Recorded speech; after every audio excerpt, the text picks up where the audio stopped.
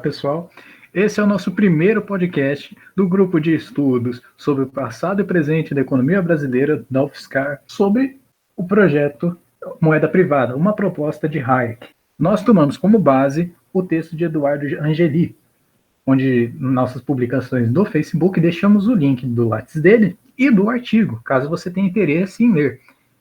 Esse é o primeiro projeto, mas ele não será o único. Nós temos em mente vários outros. Então é muito importante que vocês curtam e compartilhem essa live. E até então, vocês mandem sugestões a nós, que nós iremos ouvir. E podemos levar até para uma sugestão, como uma sugestão para um próximo podcast. Bem, eu sou Antônio Gonzalez, eu serei o mediador para participar dessa conversa. E para participar dessa conversa, a gente tem a presença do Murilo Bolzani. Aí, pessoal, tudo bem? E o Luiz Renato. Olá, pessoal, tudo bem? É um prazer estar aqui, um prazer, obrigado, Antônio. É um prazer estar tanto com o Antônio e com o Murilo, que estudam comigo, nós somos graduandos da UFSCar, e eu acho que esse debate é um debate importante, porque junta nós que estamos no campo acadêmico pelo lado de ser graduandos e que estamos tentando contribuir, colaborar com o debate científico. Eu acredito que o que estamos fazendo hoje aqui é de valor, como muitos outros companheiros também estão trabalhando, estudando dentro da universidade. O prazer é todo nosso, Renato. Então, sem mais delongas, vamos começar com o debate.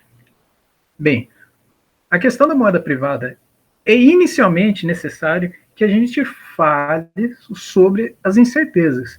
Não sei se todo mundo que está nos ouvindo chegou a estudar macroeconomia a partir das incertezas, mas as incertezas que chegamos a estudar, os livros de Blanchard ou do Baixa, é diferente do que a escola austríaca considera.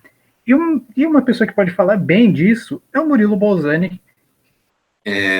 Para falar de incerteza, às vezes de incerteza, não só do Hayek, mas da escola austríaca em geral, vale a pena antes ressaltar uma coisa que o próprio autor, o próprio Angeli, introduz no texto, que é a crítica que o próprio faz da visão do Friedman.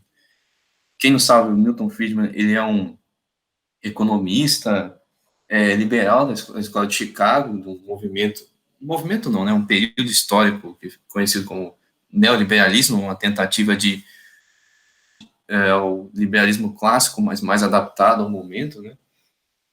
Ele é um grande defensor do mercado.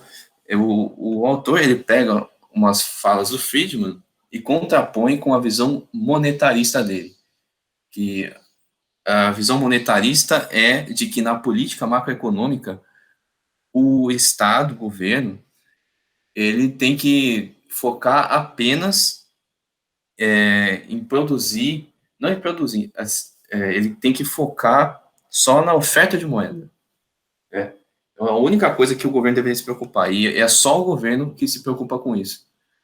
O autor, ele faz um contraponto com as próprias ideias do Friedman, falando que isso seria uma coisa incoerente com o pensamento liberal que ele tem, porque o próprio Friedman já havia falado que um liberal tem que temer, ser contra todo tipo de concentração de poder, e isso que o próprio Friedman defende, esse monetarismo, você deixar a oferta de moeda, dinheiro, que é uma coisa muito importante, que segundo Hayek, dá muito poder e liberdade para o indivíduo, você deixar isso monopolizado na mão do Estado seria uma incoerência, né? Então, e o Angeli, ele fala, o que seria dar uma saída para os liberais, uma saída segundo a visão liberal, para essa questão? Aí ele fala o modelo do Hayek, né? O modelo que o Hayek propõe de uma moeda privada, a concorrência entre agentes privados produzindo moeda, né? Mas, então, né, como o Antônio havia falado, antes da gente entender por que o Hayek defende isso, por que o Hayek é contra o Estado, um Estado que cuide da moeda, da oferta de moeda, a gente precisa entender essa visão teórica dele, a questão de incertezas.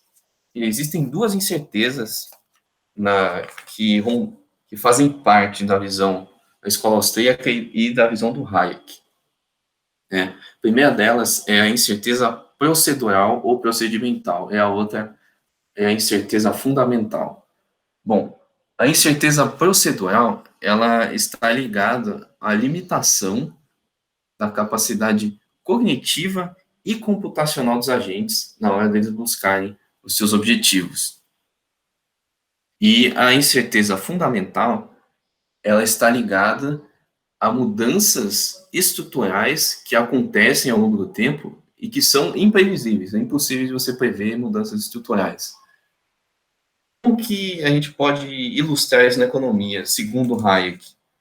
Bom, o próprio autor daí, ele coloca algumas falas, alguns escritos do Hayek, em que ele mostra como ele vê essas duas incertezas no meio da economia.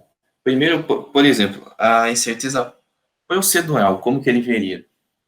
Incerteza procedural, bom, o próprio Hayek, ele fala que a economia é um fenômeno altamente complexo, e por causa disso, existem inúmeras variáveis mensuráveis que você nunca vai poder medir.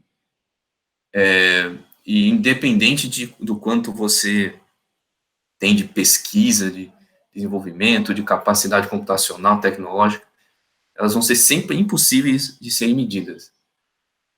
Um exemplo que poderia se ver disso é uma coisa que a gente vê até em microeconomia básica, é a teoria da utilidade, que ela diz, basicamente, por exemplo, se um consumidor tiver que escolher entre dois produtos, quer dizer, um produto de duas marcas bem parecidas, o que faz ele comprar uma das duas? Pode ser uma coisa, por exemplo, o gosto dele, no caso, sei lá, entre Nescau e Toddy, que é o exemplo mais clássico. O gosto, o paladar. Como que você vai medir o paladar da pessoa na hora de você querer saber o gosto do seu consumidor? Tem como você medir isso? Tem como você medir, às vezes, impulsos psicológicos que fazem a pessoa gostar mais de alguma coisa, de outra? Sabe? Isso é uma coisa que parece ser imensurável, é muito subjetivo. Então, esse tipo de coisa alimenta essa ideia dessa incerteza procedural, né, de coisas que não podem ser medidas. E no caso da incerteza fundamental, o Hayek fala que ela pode ser observada no processo de mercado e na competição. Primeiramente, a gente acontece que o mercado, como ele é um processo complexo que acontece ao longo do tempo, acaba tendo desequilíbrios. Esses desequilíbrios seriam, por exemplo, investimentos frustrados. A pessoa investiu numa coisa esperando algo maior, deu errado e acabou perdendo dinheiro. Né? Esses investimentos frustrados, eles acontecem, mas é impossível você prever eles. Você prever quando eles vão acontecer, como eles vão acontecer, de que forma eles vão acontecer. Esses tipos de desequilíbrio, eles seriam imprevisíveis. Um exemplo que eu penso bastante seria o caso de 2020. Eu acho que não tem ninguém que previu como ia acontecer esse ano, né? E então, esse seria um caso de incerteza fundamental no processo de mercado, e tem um outro que é assim, no processo de mercado acaba sempre surgindo novos conhecimentos que são utilizados pelos agentes para eles conseguirem vantagens. E esses novos conhecimentos, como eles surgem, quando eles surgem, isso também é uma coisa imprevisível. E eles podem remoldar um mercado inteiro, sabe? E só que eles são imprevisíveis, né? E então essa incerteza está mais ligada a isso. Como a incerteza procedural está mais ligada a coisas que não se podem medir, a incerteza fundamental está ligada a você não conseguir prever o futuro, está mais ligada à imprevisibilidade de eventos futuros. Enfim, agora que a gente sabe dessas duas incertezas, então tendo essa visão de mundo que existem essas duas incertezas, a gente pode entender porque o Hayek ele acha que o Estado, o governo, ele não vai nunca conseguir ofertar a moeda necessária para a população no momento ou para chegar a um pleno emprego. Ou seja, não é nem uma questão de que, não, o governo está fazendo errado, está sendo incompetente, as pessoas estão lá. Não. É porque ele realmente não tem as informações necessárias da realidade para ele conseguir chegar a atingir os seus objetivos econômicos. Então, ele sempre vai dar uma oferta errada, uma oferta imprecisa. E isso, segundo Hayek, isso acaba sempre gerando inflação. Então, o governo ele vai sempre gerar inflação e desequilíbrio tentando controlar a política monetária. né? E com isso eu já posso fazer aqui um link com o que o Antônio vai falar sobre, já consegue introduzir o modelo do Hayek de moeda privada. Bem, dado isso que o Murilo falou, então, qual que é o projeto do Hayek em si para a economia das economias nacionais? Bem, é importante ressaltar que nesse projeto, o Hayek ele não toma uma situação da ausência de um governo, de um Estado tendo interferência na economia. Ele está dizendo nessa proposta que ele tem sim uma interferência, mas nessa fundamentação dele, ele ressalta o quão é complicado você ter um Estado forte, um Estado que interfere demais, porque a principal crítica dele são as políticas monetárias expansionistas, que ele acusa que é o principal gerador do problema. Qual que é esse problema? O problema é a inflação. E a gente sabe como que a inflação ela afeta principalmente as classes mais pobres. Então, qual que é a proposta dele? A proposta dele é a existência de uma moeda privada. E como que funciona essa moeda privada? Você vai retirar o Estado? Não, o Estado ele ainda está presente. E o Estado pode ter uma moeda própria? Sim.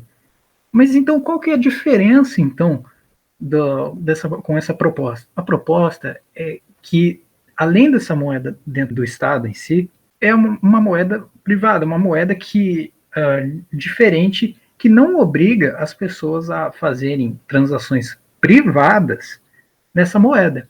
Porque imagine na situação.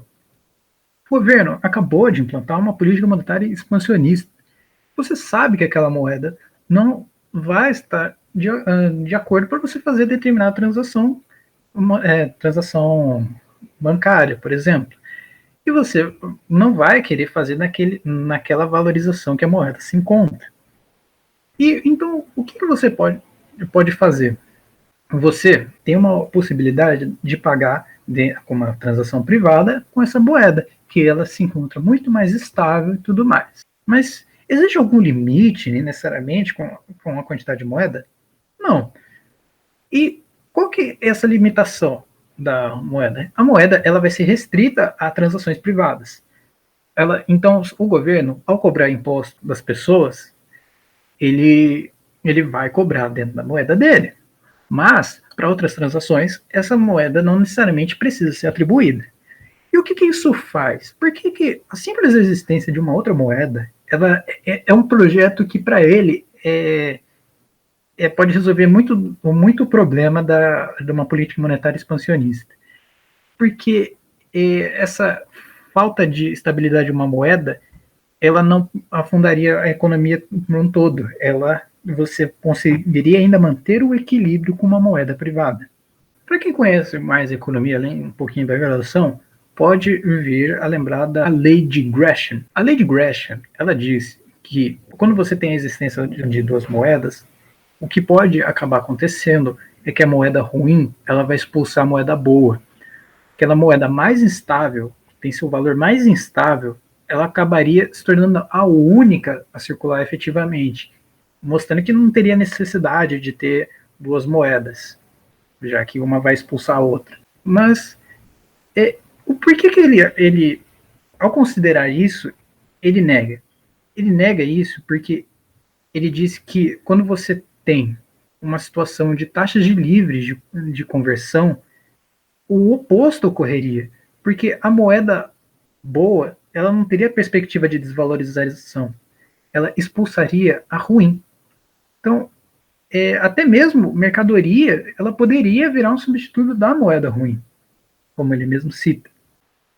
Bem, e isso resultaria, então, uma economia que ela conviveria sem muito problema com moedas nacionais concorrentes, já que as funções de meio de pagamento de unidade de conta elas seriam supridas sem problema qualquer, assim, com uma moeda que seja minimamente estável. E que se você pudesse resolver qualquer dificuldade assim, se você já tivesse uma calculadora na mão, né, na hora de você escolher que moeda você vai pagar ou quer ser pago, né, nessas transações privadas. Já a função de reserva de valor, porém, ela vai tender a selecionar apenas uma moeda. Então, qual que vai ser essa moeda? Vai ser a moeda mais confiável, que ela tem a expectativa de apresentar uma maior estabilidade. E, no fim dessa proposta dele, traz outra proposta, que é a liberalização do sistema bancário. Basicamente, é uma radicalização do conceito de moedas nacionais concorrentes. Os bancos, eles podem emitir títulos. E como que esses títulos eles iam funcionar? Eles funcionariam como se fossem cheques. Eles valeriam como moeda. Então, eles seriam mais uma outra alternativa de pagamento em transações privadas, pois ela seria uma moeda privada. Então, na hora que o indivíduo for fazer o pagamento a outro mesmo, ele vai ter à disposição diversas moedas, entre elas o título do banco. Mas você pode se questionar, como é que ele vai selecionar qual moeda ele vai querer? Ele vai querer a moeda nacional? Ele vai querer a moeda, uma outra moeda privada? Ele vai querer o título do banco? Então, quando ele for analisar os títulos do banco, ele vai analisar a partir da credibilidade do banco. O indivíduo ele vai poder ter uma noção de se é uma moeda muito instável, é uma moeda que é um bom meio de pagamento, e por assim em diante.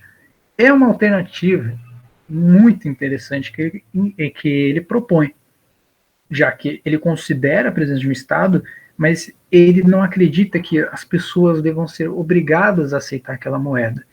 Por quê? Se você tem a presença de moedas que você tem taxas de conversão livres, assim, que você só precisaria de uma calculadora praticamente para poder fazer essa conversão, você cria muito mais a necessidade de ter uma moeda estável, porque nenhuma instituição privada, ou mesmo a pública, no caso do Estado, vai querer que as pessoas deixem de utilizar essa moeda porque ela é instável. Quando você dá alternativas, você cria a perspectiva das pessoas de que elas têm um maior leque de opções. E quem faz parte como uma opção cria maior necessidade de credibilidade, de estabilidade com sua moeda. É importante a gente lembrar que Hayek ele não é de agora, não é um economista de agora.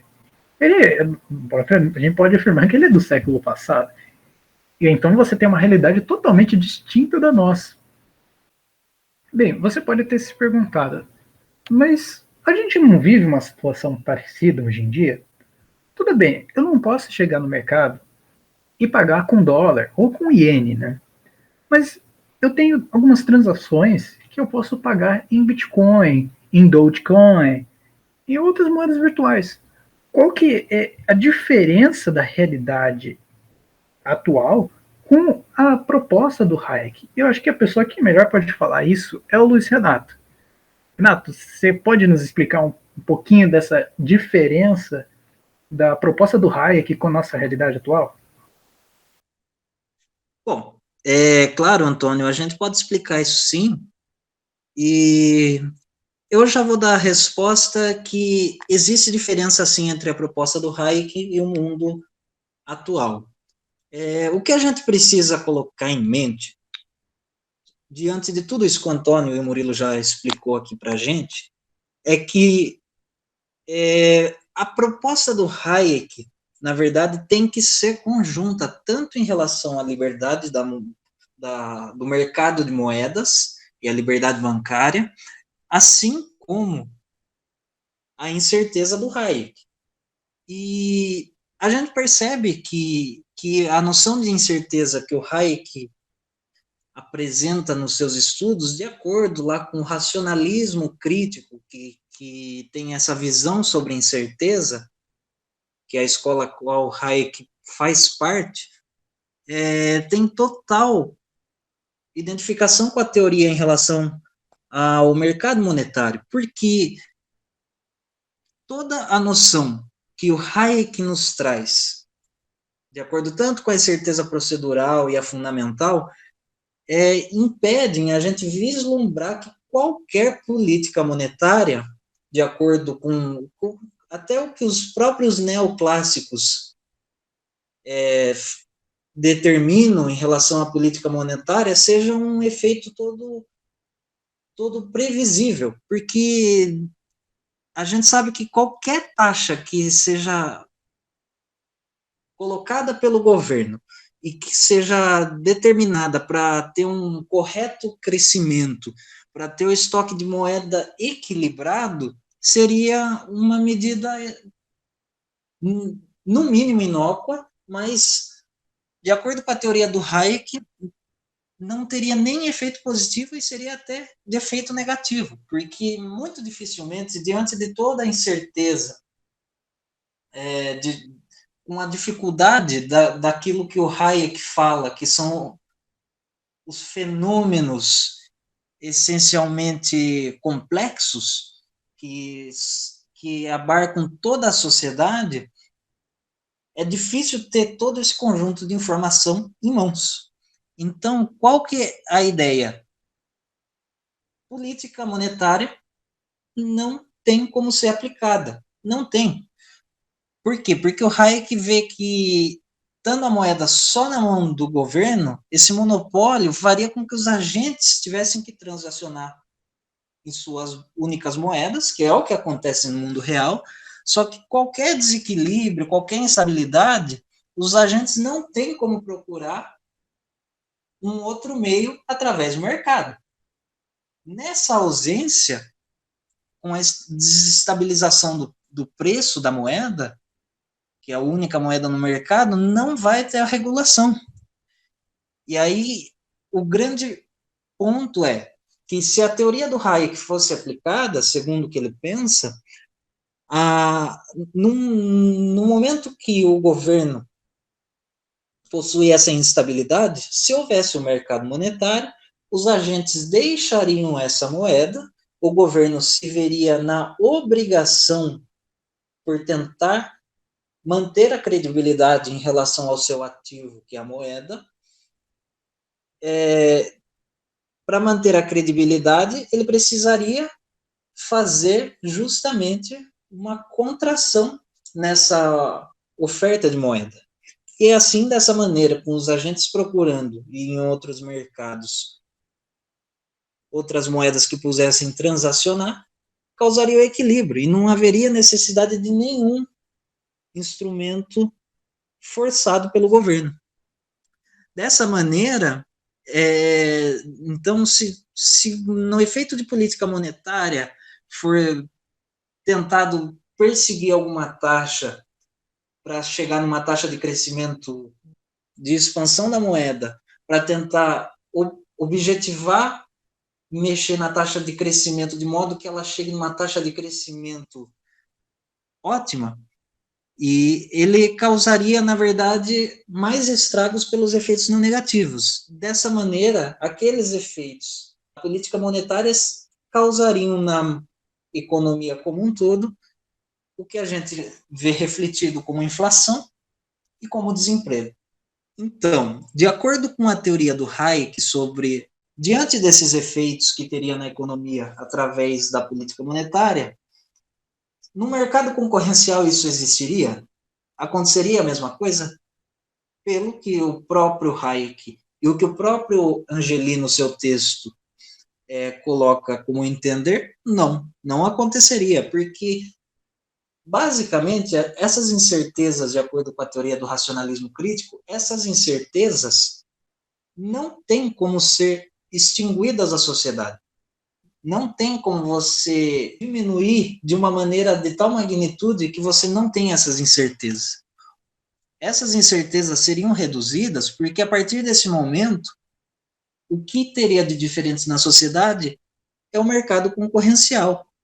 Com os emissores privados concorrentes, a gente imagina que o emissor vai ter a incerteza tanto quanto o agente público, que no caso seria o Estado emitindo moeda. A grande diferença desse ponto de vista é que o emissor privado, diferentemente do governo que não conhece as particularidades, e aí que vou colocar o exemplo, já que a gente está num grupo de estudos de passado e presente da economia do Brasil, Então, a gente também já começa a introduzir a discussão em torno da economia do Brasil. O grande exemplo seria o Banco Central do Brasil, situado em Brasília, teria condições de ter o conjunto de informações que existem em determinada localidade de um estado distante de Brasília? Provavelmente ele não tem esses conjuntos de informações. Então, diante dessa situação, o que aconteceria? Bancos que teriam essa liberdade bancária de emissão de títulos, eles, a partir desse ponto, eles passariam a emitir títulos de acordo com a sua localidade. Então, o emissor privado, ele conhece melhor, diante dessa incerteza que ainda existe, conhece melhor as particularidades locais, coisa que o governo não pode. Então, a oferta de moeda nesse instante seria uma grande vantagem pela agilidade em seu ajuste, porque o emissor privado saberia que eles se comportariam de uma forma que o governo não sabe como que se comportaria. O mercado privado reconheceria isso melhor. Um outro ponto que é de se colocar em questão é que o erro do agente é muito mais fácil de um agente pequeno no mercado concorrencial de moedas ser corrigido de uma maneira que não é corrigido com uma moeda só. Isso porque esse erro que o agente privado teria seria corrigido por uma outra moeda. Aquele erro percebido pelos agentes econômicos faria com que os agentes migrassem para outra moeda. Isso, por si só, já reduziria o problema da moeda ofertada de forma excessiva, porque nessa situação os agentes se veriam obrigados a controlar a sua emissão de moedas. Dessa maneira, com essa rejeição do público por essa moeda emitida excessivamente, veria, a partir de então, uma migração e controle da oferta. Então, não causaria inflação, não causaria desemprego. E esse é um ponto fundamental para se colocar também da teoria. Por fim, para concluir sobre essa proposta do Hayek, imagino que seja também interessante ressaltar não é que seja pela eficiência do agente privado a vantagem dessa proposta. Está fundamentalmente ligado na ideia da concorrência e não na eficiência do agente. A concorrência seria o instrumento que permitiria esse controle da oferta excessiva de moeda. Então, da maneira que a economia é organizada com uma moeda só, seria muito mais vantajoso observar esse tipo de proposta, que é uma proposta audaciosa, mas sim por causa de sua concorrência oferecida. A concorrência permitiria esses ajustes que, pela incerteza que agora é diluída entre os agentes da economia, o ajuste seria feito de uma maneira muito mais fácil, não com o monopólio. O que é interessante de se ver, porque a proposta do Hayek é uma resposta substancialmente forte em relação à proposta de Friedman, pois a proposta de Friedman, de acordo com a limitação dele próprio, é uma proposta que deixa o monopólio monetário nas mãos do Estado exclusivamente por força de um contrato social o qual contaria com o comportamento democrático da determinação da taxa de emissão de moedas. Então, a proposta de Hayek é uma resposta a isso, e é uma resposta em complementação, porque é uma proposta, basicamente, ela pega um mercado que, a princípio, é de monopólio de moedas, passa, então, a fazer o mercado se comportar como um outro mercado concorrencial qualquer. Então, o que sobra dessa discussão da proposta de Hayek é basicamente alguns pontos que chegariam a tocar em outras teorias que não é o foco de estudo, em relação à moeda estatal, influenciar a estrutura de capital e ciclo econômico, coisas que poderiam ser antagônicas e que poderiam ser exploradas, mas não é o nosso foco aqui. O que é interessante de notar é que essa proposta de moeda privada, como o próprio Antônio já nos citou aqui, poderia causar alguns questionamentos sobre a nossa estrutura atual monetária.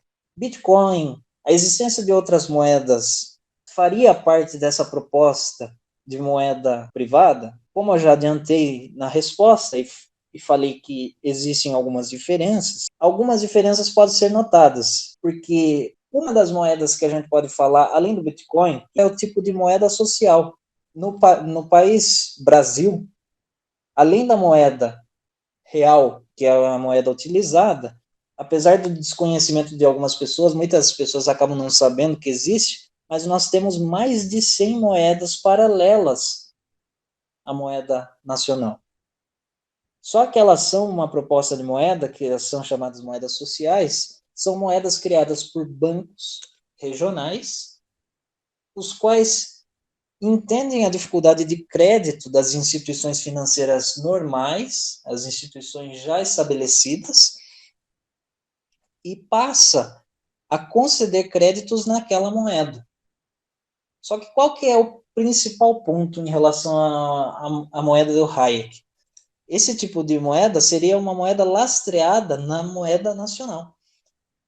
Então, não haveria uma taxa livre em relação ao mercado, tanto do monopólio estatal, quanto com o mercado regional dessa moeda. Então, basicamente, isso não haveria possibilidade de expansão monetária, de contração monetária, pelo simples advento dessa moeda social.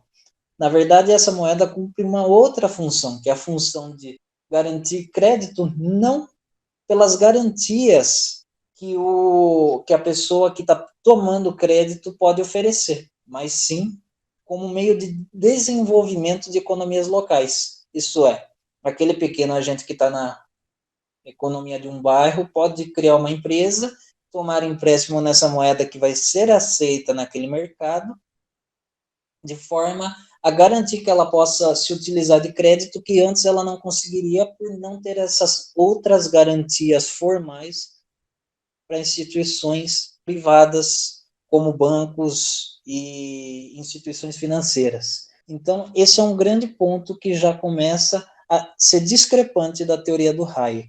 Acho que um outro ponto que nós podemos tocar no assunto, e que é um ponto muito fundamental, como uma crítica à teoria do Hayek, é justamente no trecho que ele coloca na proposta sobre as propriedades da moeda. Porque para o Hayek, as funções de meio de pagamento e unidade de conta seriam muito fáceis para qualquer moeda. Entretanto, a função reserva de valor tenderia a uma moeda estável, que seria uma moeda confiável. E aí que vem o debate. No Brasil de hoje, no Brasil pensando em 2020, numa situação de pandemia, que a incerteza se torna maior em relação à honra dos pagamentos, contratos, dívidas, qual seria o comportamento da sociedade em relação a uma proposta como essa? Imaginemos um mercado, o qual é um mercado de moedas diversas. Se a função reserva de valor estiver atrelada à moeda mais confiável, sabendo que o Estado é o pagador mais confiável em última instância, qual seria o comportamento dos agentes dentro desse mercado em relação à moeda governamental? Isso é, a moeda do Estado provavelmente seria uma moeda mais confiável num momento como esse, como sempre acontece. Sempre os títulos do governo acabam sendo mais procurados em momentos de instabilidade da economia. Então, num momento como uma pandemia como esse, será que essa simples procura de moedas no mercado concorrencial seria possível? E que eu acredito que também existam outras coisas a se apontar como crítica. Como Murilo Bolzani também pode citar uma crítica à teoria do Hayek. Então, Renato, uma coisa que eu percebi aqui, refletindo sobre essas questões das incertezas, principalmente no caso da incerteza fundamental, é que ela pode se voltar contra o próprio projeto, contra esse próprio modelo do Hayek. Porque se a gente pensar, segundo essa ótica, de que a gente não consegue prever essas mudanças estruturais tão importantes assim, como que a gente pode prever que uma implementação dessa moeda, desse modelo de moeda privada daria certo? Como que a gente pode saber que isso não ia dar errado, ia dar alguma coisa, algum caos, assim, algum grande desequilíbrio econômico e não ia conseguir voltar atrás? Como que a gente ia saber, mesmo que essa coisa fosse implementada, como que a gente ia saber que ia funcionar desse jeito, sabe? Parece que, segundo essa ótica da incerteza fundamental, a gente não consegue provar nada, a gente consegue apenas ter as ideias, mas olhando segundo ela, parece que não vale a pena implementar uma coisa tão arriscada, assim, tão diferente. Eu achei essa proposta bem interessante, porque o Hayek, ele com certeza, dentro da sua fundamentação dessa proposta, ele toma como pressuposto todo um contexto, seja político e econômico, de uma economia europeia, bem diferente da que hoje em dia a gente pode ver. Será que o mercado, a economia nacional brasileira, ela responderia da mesma forma que uma economia europeia? Será que a gente tem os mesmos fatores que fariam isso dar certo? Bem, é um debate bem longo, é uma coisa que acaba sendo muito numa expectativa, é uma coisa bem incerta, mas que acaba sendo isso. Fica mais a nós, as pessoas que estudam, as pessoas que leem sobre, a presumir como que seria, ou mesmo lutar por isso. Mas e aí, você ouvinte, o que você achou do tema? Gostou ou discorda de algum ponto que a gente colocou? Deixa nos comentários, curta, compartilhe para a gente, dar esse apoio para nós. E lembrando, esse é o nosso primeiro projeto, virão muitos outros. Não deixa de curtir e seguir as redes sociais do GPEB. E obrigado que você nos ouviu firme e forte até então. Um abraço e até mais.